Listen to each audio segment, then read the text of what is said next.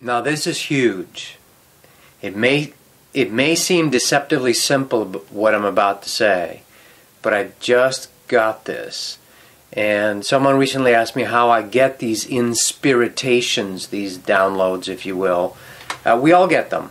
But at a certain point in your soul's evolution, you can be interested in being able to see how things function. It's been called the Book of Life or the Akashic Records.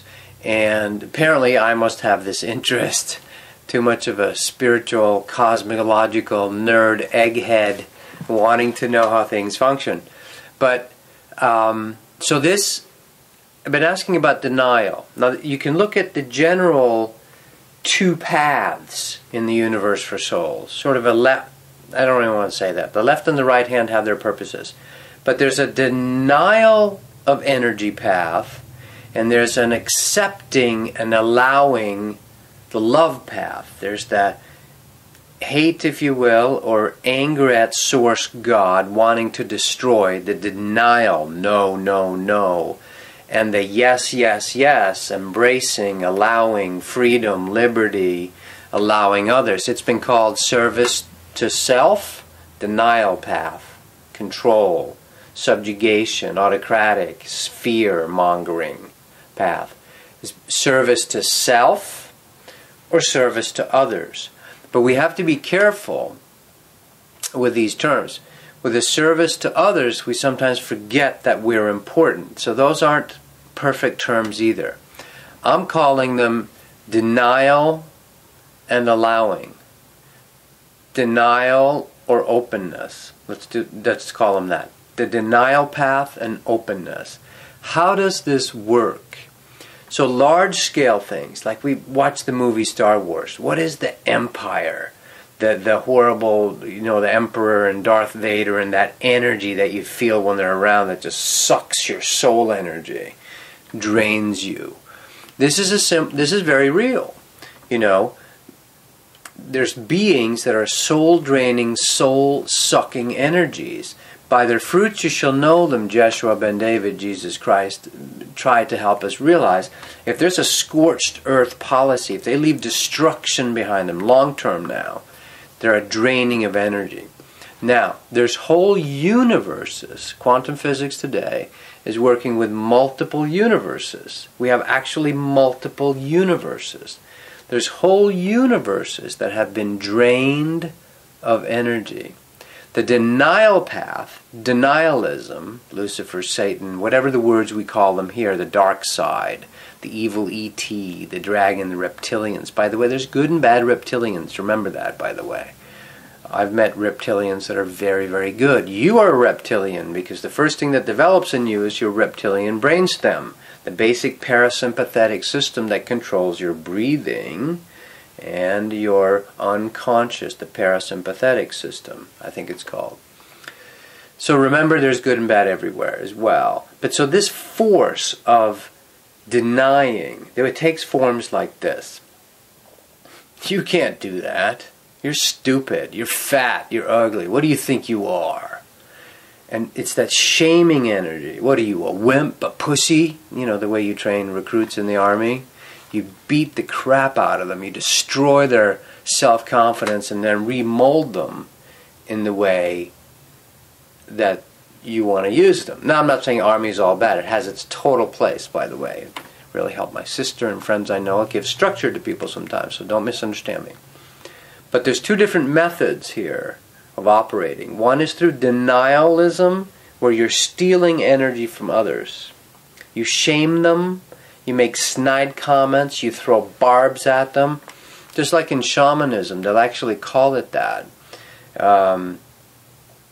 Darts, psychic darts. They actually have these psychic darts they throw at each other, and then it has like a little energy umbilical attached to the back end of it.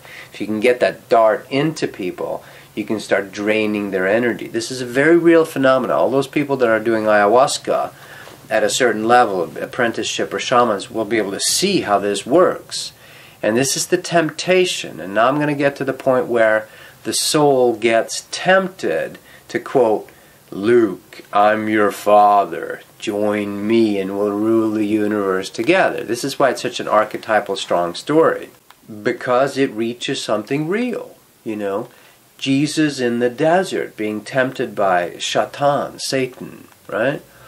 Saying, we'll together rule the world. It's the exact same story as Darth Vader being seduced by the dark side, or working with the Force, like Obi-Wan Kenobi ascends, right? He becomes a light body after he's, quote, killed by Darth Vader. He then moves into his light body form.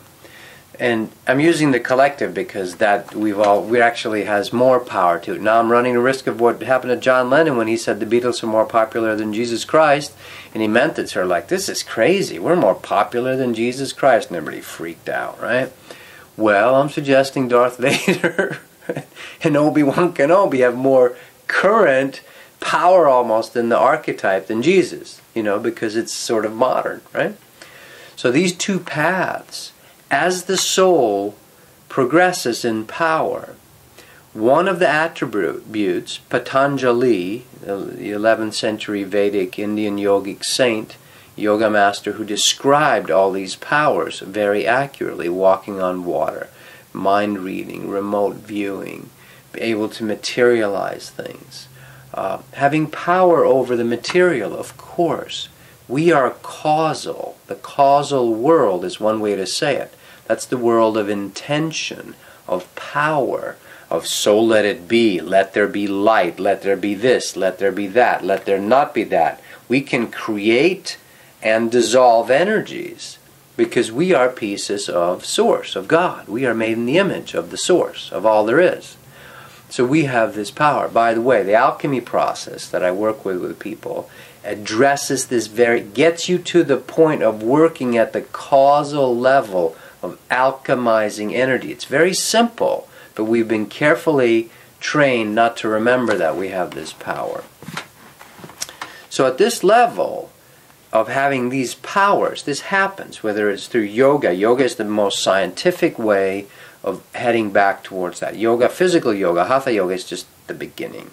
Then the breathing exercises, the kriya yogas, and then these powers come. Now every teacher warns that when these powers come, the hooks start getting set in, trying to seduce you into the path of power without God, without Source, without heart, without love. Source God, the largest power of all, that creates all of this, is the most humble.